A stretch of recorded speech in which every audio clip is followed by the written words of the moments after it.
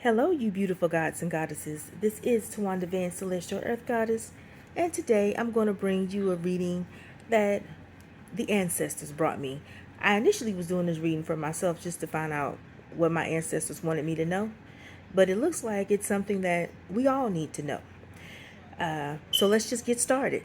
Okay, this is the overall theme. Oh, before I do that, I forgot. This is coming from Earth Warriors Oracle. As you can see, this is a very indigenous deck. And when I say indigenous, I ain't just talking about Redskin Native Americans. I'm talking about people that have been here since the beginning of time. That would include us black folks. Okay, moving along. Now, overall theme is, and hopefully I'm pronouncing this name right. If I ain't, I'm going to do my best. Ayana Vision, Way of the Divine Feminine Revealed. Okay, so that's letting you know what this is about. This is about us embracing our feminine energy, whether you have a dick or a pussy between your legs, people, because femininity and masculinity are not gender or sex specific. We all embody those energies and we use them whether we trying to or not. So those of y'all that don't value feminine energy, you're using it any damn way. So you might as well embrace it. Just like women, we have to embrace our masculine energy because we're using it any damn way. We'll talk about what those two energies embody in a later video. So we're going to finish this. Okay. Like I said, this is about embracing the divine feminine energy, or feminine energy basically, because this world has too much yang, too much masculinity. Patriarchy has mind fucked us. Hold on, I thought I took this off. Excuse me, y'all. You know I ain't gonna edit this video. Okay. Too many of us have been mind fucked by patriarchy in believing that the only energy that matters is masculinity or men. And that is not the case. How the hell we think we living on a feminine planet and think feminine energy doesn't matter is beyond fucking me. Now, some of y'all gonna like what I'm saying and some of you ain't. Either way, you need to hear it and you'll get the fuck over it.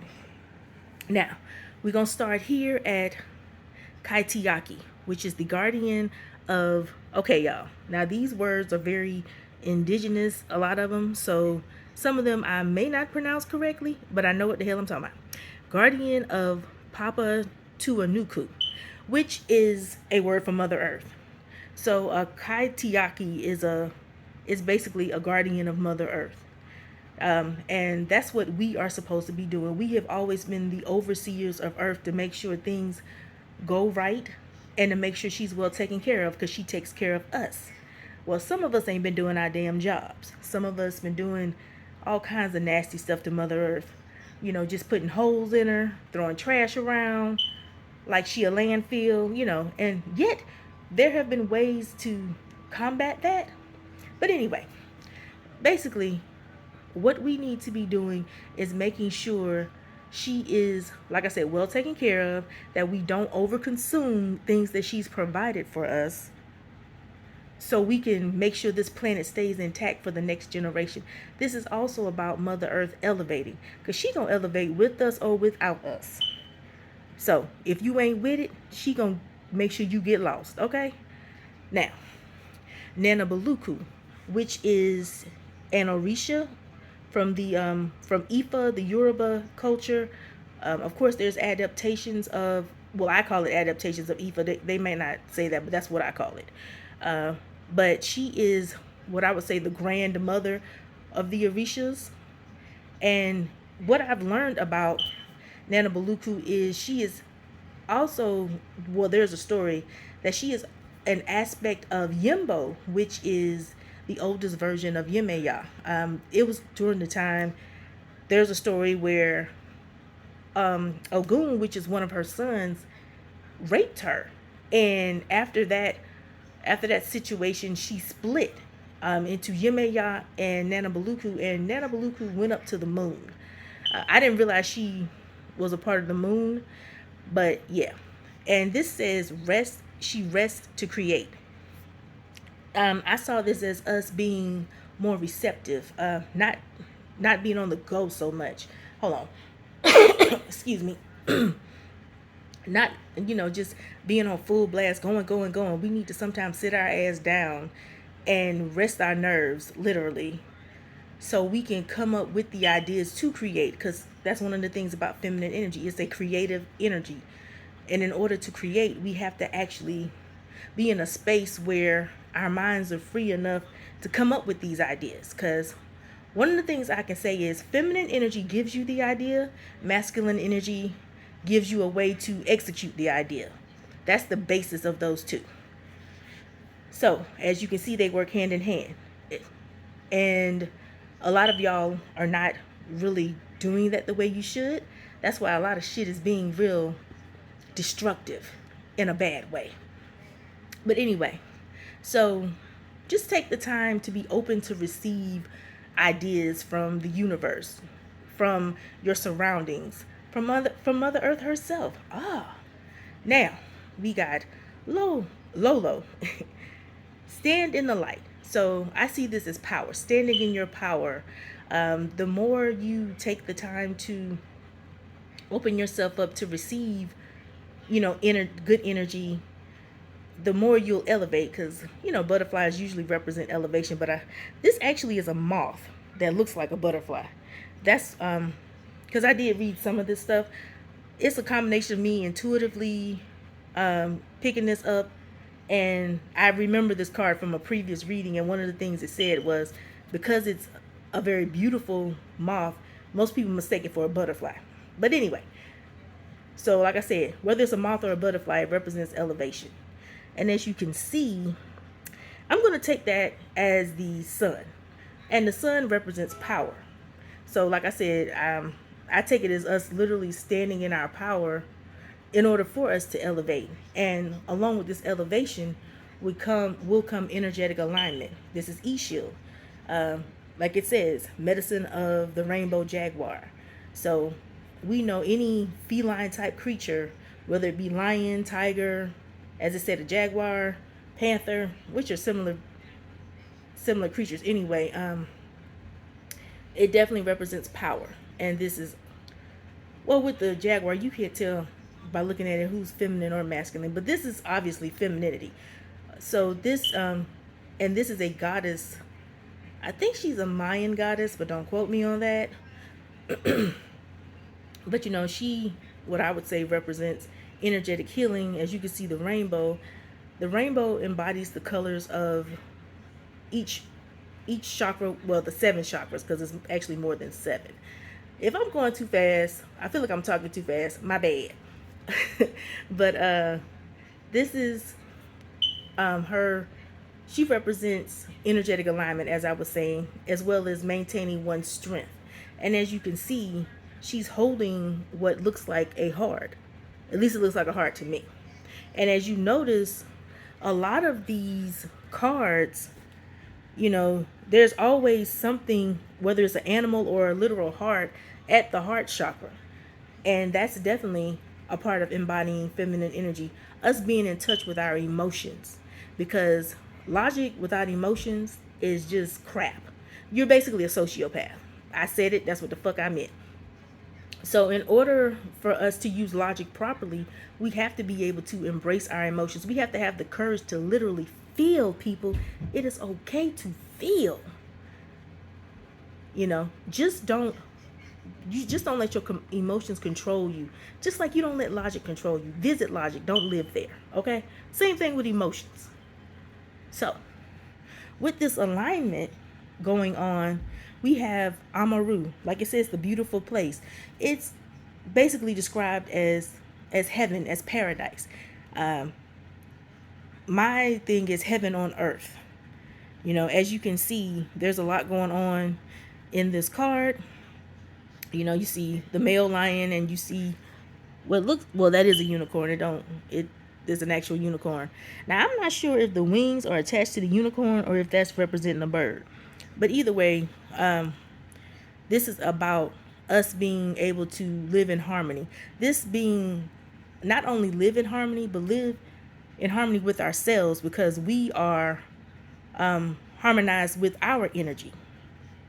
I see this as the feminine and the masculine, actually masculine energy working together. And the more we work together, the more we can make our place of paradise. Even with the volcanoes in the background, you know, it's everything's working as it should. Nothing is working against the other. It's working with rather than against. Now, we have Palhik Mana, medicine of the butterfly Kachina. Okay, um, we're getting more into the higher level energies because we're being one with ourselves. So we can't help but continue to elevate. Just like Mother Earth, like I said, Mother Earth is going to elevate with us or without us.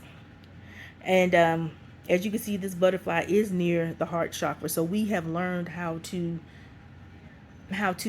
integrate our emotions, because like I've said before, the heart is where the soul resides. So in order to really be in touch with your soul, you have to be in touch with your heart chakra energy. So we have been doing that, as you can see at the top. So now it's time for us to take it even further and deal with the feminine cosmic energies. And bam, now it says the clan of the wolf heart. We are the ones we are looking for, or whether we've been waiting for. Okay, that's very self-explanatory. We don't have to seek a god outside of us, regardless of what pantheon you're with. I'm even talking about the ATRs, because one of the things I can say about pantheons outside of Abrahamic type religions is that they don't teach you to rely on a god or gods or energies outside of you. What they teach you is the same power that those energies outside of us have. We have that within ourselves. Now we can work with those energies, but we're not supposed to rely on them and allow them to rule us. We are in partnership. As the saying goes, we're co-creators. Regardless of what God you're referring to, what entity you're referring to, we work together. Ain't nothing and one thing above the other. Same thing with us literally on planet Earth. Women and men, we should be working together. One group should not think they're above the other. Just like with race, it's just stupid. It's stupid, stupid, motherfucking stupid, and we need to get out of that stupid shit. So, in order for us to get all this shit right and get to this Amaru, which is paradise, we have to understand that we are the ones with the power, and we need to use it properly and stop waiting on some being to come save us. We can save our motherfucking selves. Sage of higher knowledge, Amuwata. I really hope I'm saying this shit right, but I like how it sounds coming out my mouth, regardless. Okay. Sage of higher knowledge. I would say this is us. Once we've gone through this process the way we're supposed to, we will become the sage.